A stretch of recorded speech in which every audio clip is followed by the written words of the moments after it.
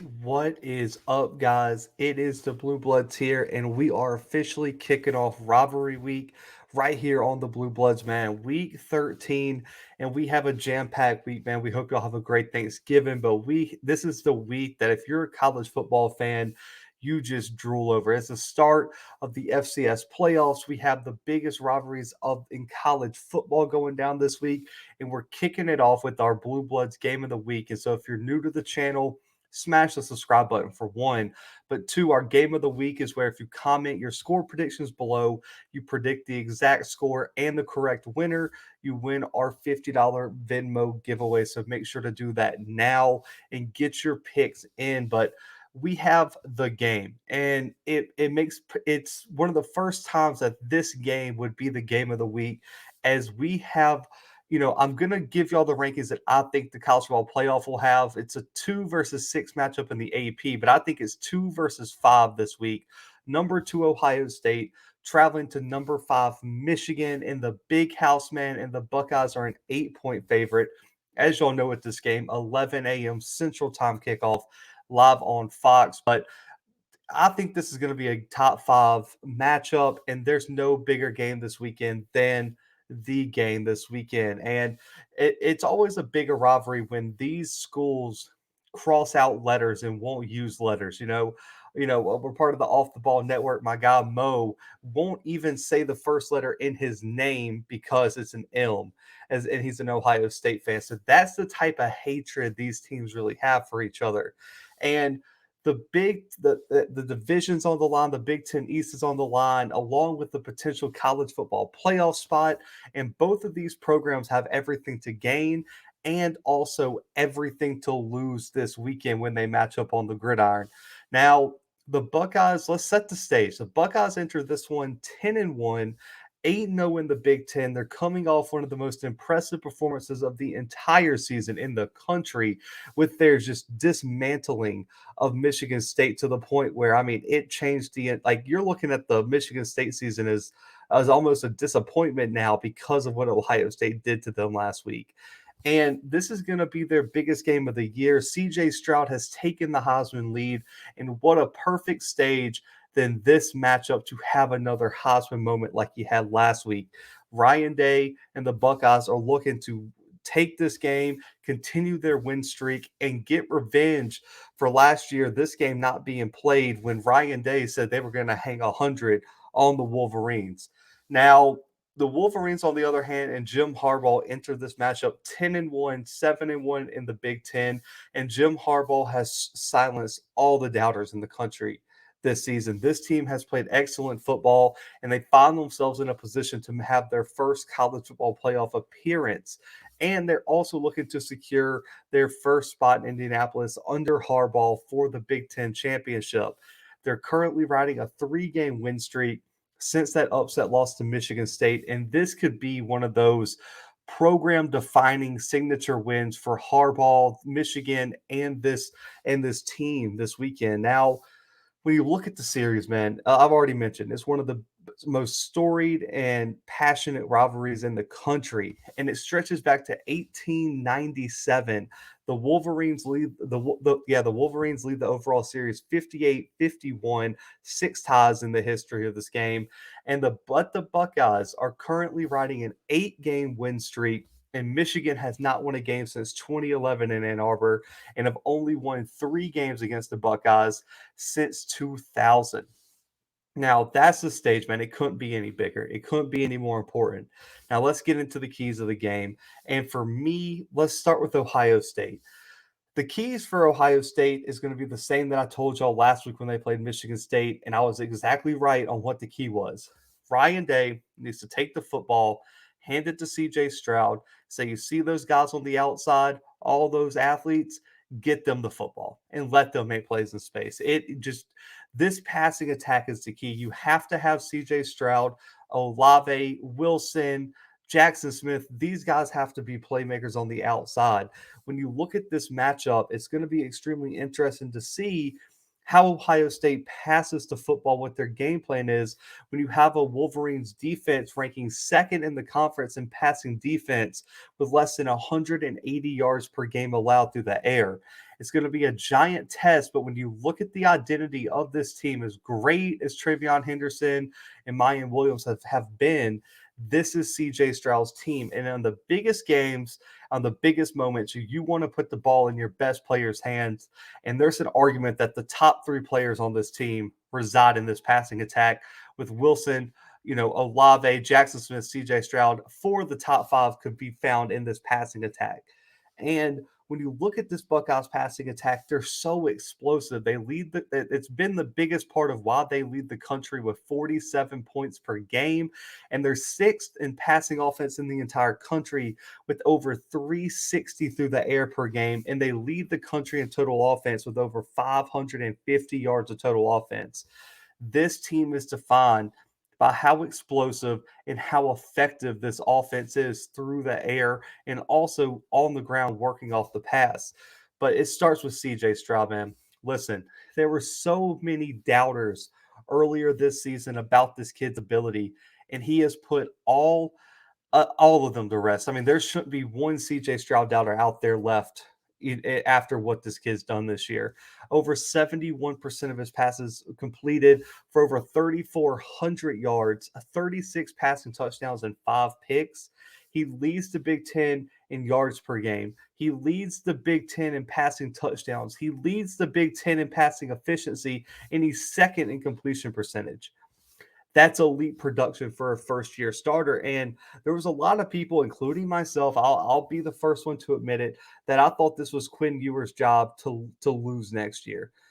CJ Stroud has said, "This is my team, my program, and watch what I can do on this biggest stage, on the biggest stages." And he's done it consistently. And you're looking at this Ohio State program like this is CJ Stroud's future right here, and this has been his team all year. And once he got comfortable and started clicking in this offense, Ohio State hasn't been the same since they were earlier in the season.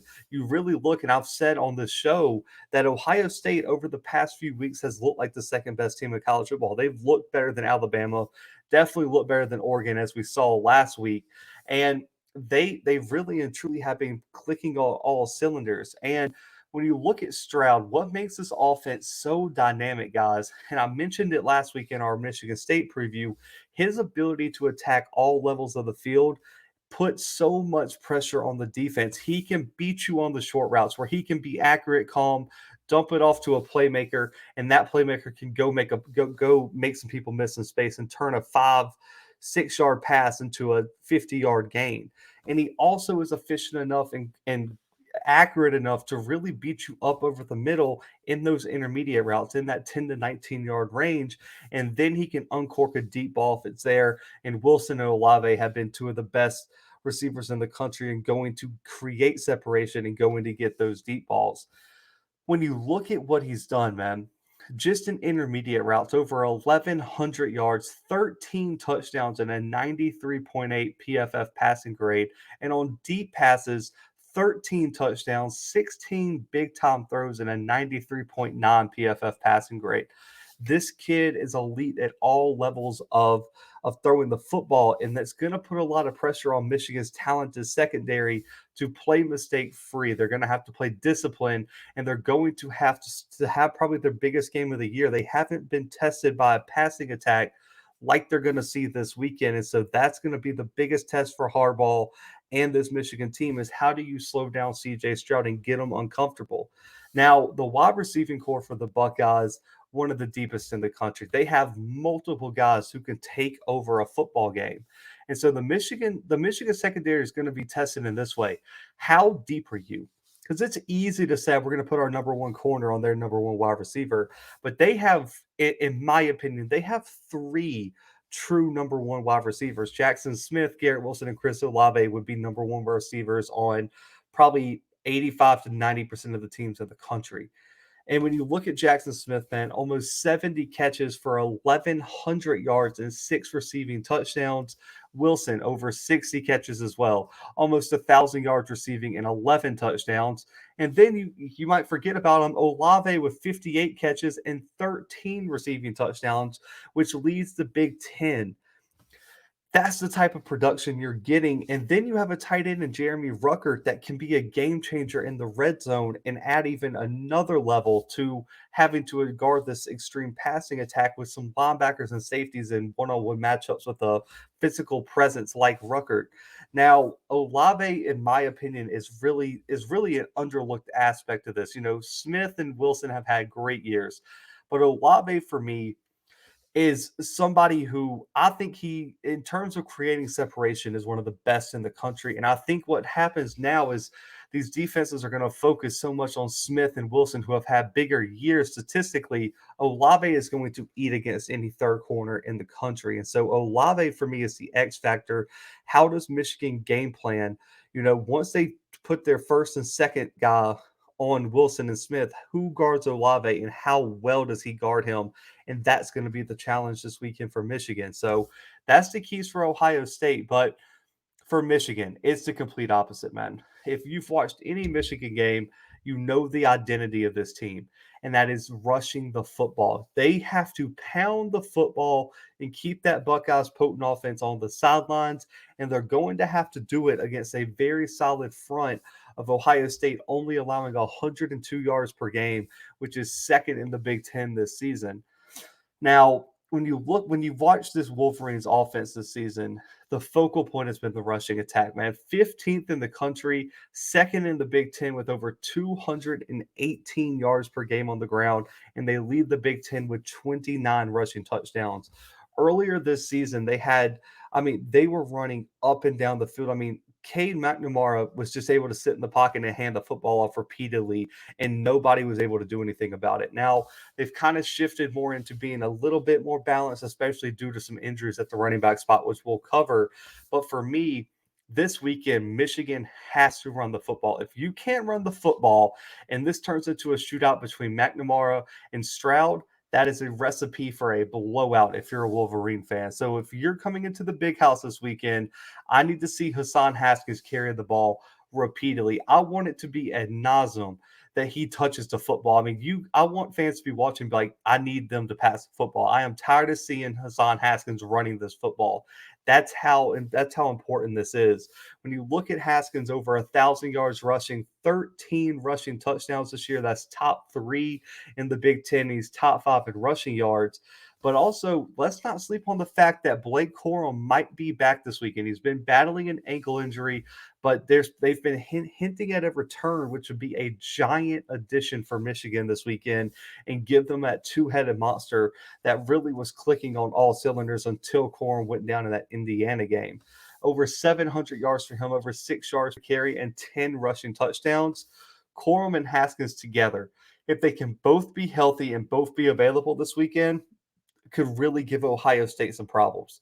You look at something like a CJ Verdell and Travis Dye situation earlier in the season. If they can replicate that Oregon game plan, Michigan's really going to be in business this weekend. But Corum's an important piece that needs to return, and if he can't, can Haskins carry the load on?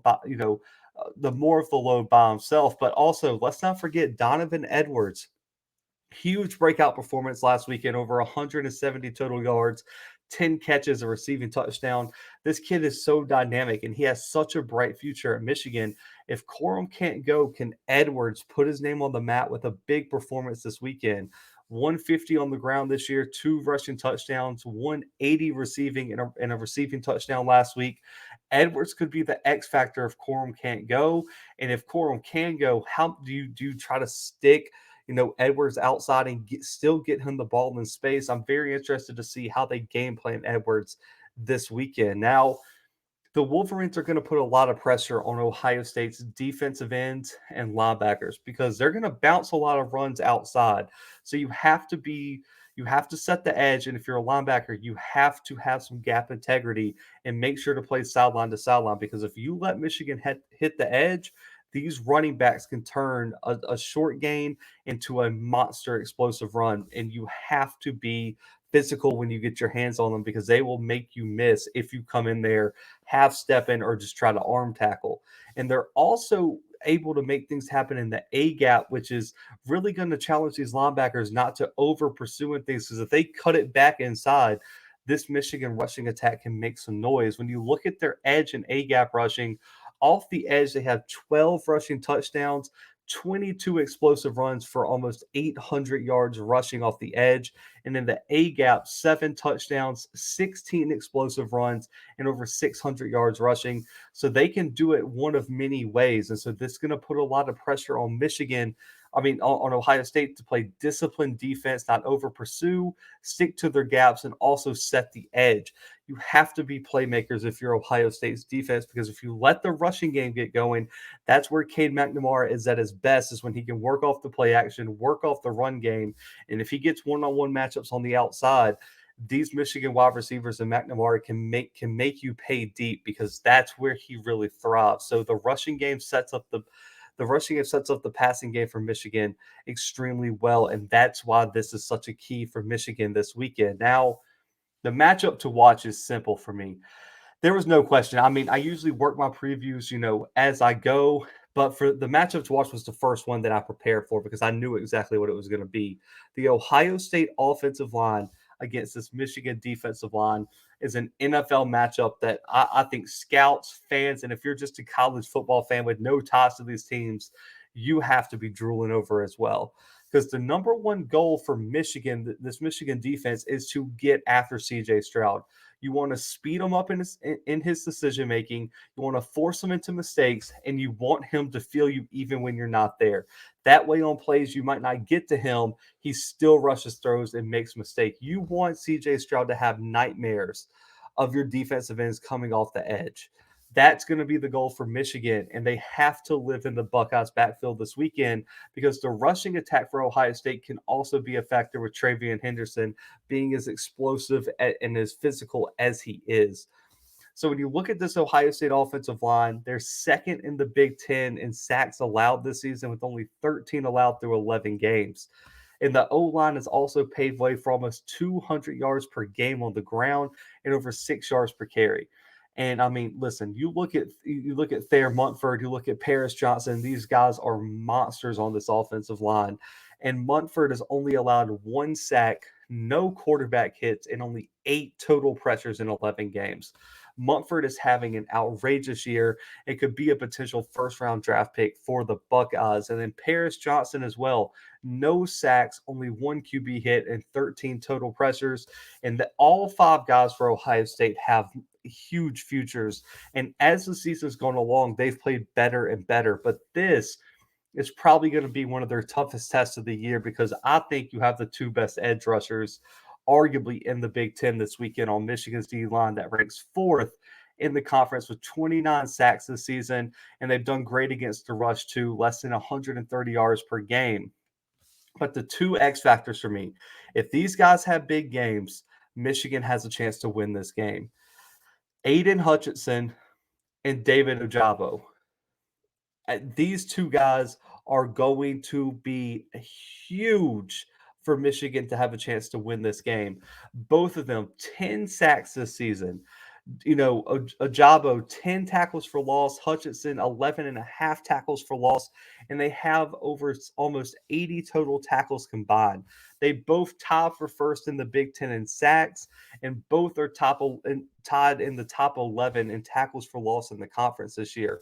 So you have the 2 top sack leaders coming off the edge at all times, which means neither tackle can slack up on either play, because they both can make things happen. Hutchinson and Ajabo can absolutely wreak havoc in the first 3 quarters for Michigan State, and really was the reason that Michigan had that huge lead until things fell apart down the stretch. If these guys can wreak havoc on CJ Stroud, force him into mistakes, make him feel uncomfortable, Michigan absolutely has a chance to win this game, and things could get real interesting for Ohio State. But if Ohio State's able to neutralize them and CJ Stroud can get clicking like he did last week early, Ohio State's going to be a tough team to beat for the Wolverines. Now, man, I went back and forth with this game so much. I mean, I really and truly did not have any idea who I was going to pick coming into this one. But just for me looking at it, I personally think right now the way Ohio State's playing, and they're the only team I could see competing with Alabama right now. As great as Michigan is at running the ball, I think Corum's injury could be something to watch if he's not exactly 100%. And I just think that I don't trust K McNamara to make the throws he needs to win this game. I think it's a shootout in the big house. As great as Michigan's defense is, I still think this is a high scoring game. And I feel like this is going to come down to the late fourth quarter. I just trust Ohio State to make one more play to win this game than I do Michigan's offense. I have the Buckeyes winning a close one, pulling away late. 41-31 over the Wolverines this weekend in Ann Arbor in another classic, the game this weekend. And I cannot wait for this. I cannot wait for this game, but I got a 10-point win for the Buckeyes, 41-31. Guys, like the video, comment your score predictions below, and subscribe to enter our giveaway, man. And I hope y'all have a great Thanksgiving week. We have plenty of more college football content coming later today. We have previews coming all this week.